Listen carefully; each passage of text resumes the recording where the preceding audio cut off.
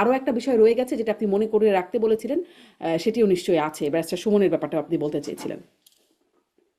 জি, বিশেষ সুমনের যে ব্যাপারটা, দেখেন এই ভদ্রলোকের সঙ্গে আমার জীবনে কখনো দেখা হয়নি, ওনাকে আমি চিনি না, বাট ওনার বিভিন্ন উনি সোশ্যাল মিডিয়া খুবই একটা ভোকাল লোক ছিলেন।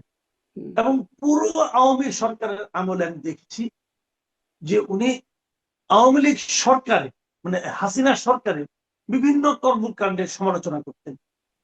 এবং উনি আদালত প্রাঙ্গণে দাঁড়িয়ে, হাইকোর্ট প্রাঙ্গণে দাঁড়িয়ে বিভিন্ন বিচার, বিভিন্ন আপনার রায় উনি ওখানে দাঁড়িয়ে কিন্তু সমালোচনা করতেন।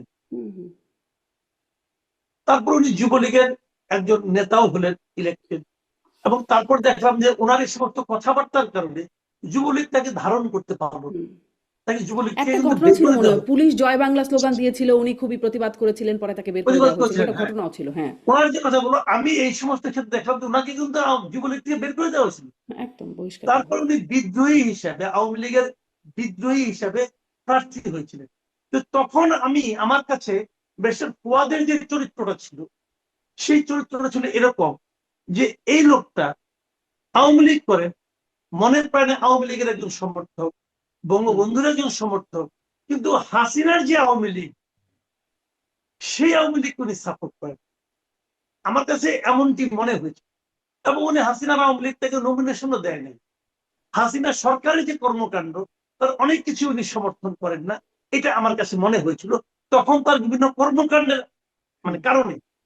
আমি আগে বলি তার সঙ্গে আমার জীবনে দেখা হয় নাই, আমার মনে হয়েছিল।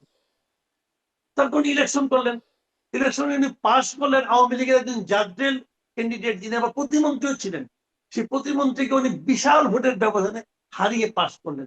এই যে পাশটা করলেন, উনি কিন্তু আওয়ামী লীগের সেই দামি না।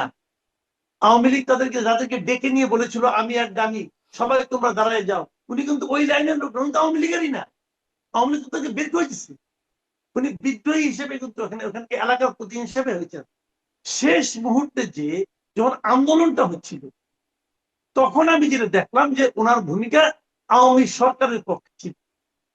আমি মনে করি এটা একটা ক্রাইম, উনি অন্যায় করেছেন।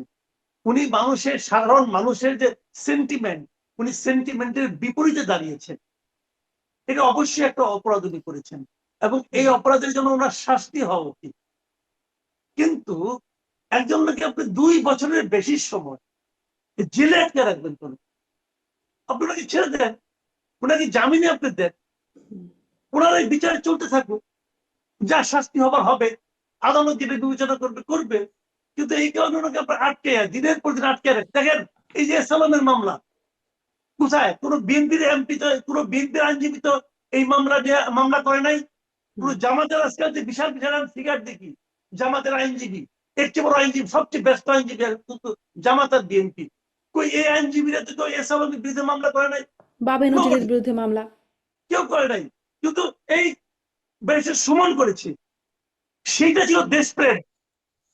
শুনেন, জামাতের আমিরের সমর্থন করা দেশপ্রেম, তারেক রহমানকে সমর্থন করা দেশপ্রেম, এবং দেশের অর্থনৈতিক খাতে একটা বড় অন্যায়ের প্রতিবাদ করা দেশপ্রেম।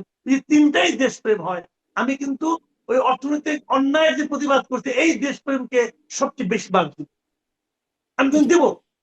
সেই লোকটা আটকে রাখছেন, তার শেষ সময়ের একটা ভুল, তার ভুল কিন্তু আমি আবারও বলছি, ব্যারিস্টার সুমন যে কথাটা বলেছিল আওয়ামী লীগ সরকারের পক্ষে, সেটা কিন্তু আমি অন্যায় মনে করি, এবং এই জন্য তার শাস্তি হওয়া উচিত। আইনে যা আছে তাই তো হবে। জি জি, স্পষ্ট। সেই শাস্তি অনেক আপনি দেন, ধন্যবাদ মাসুদ কামাল, তাকে অনেক জামিন ধন্যবাদ।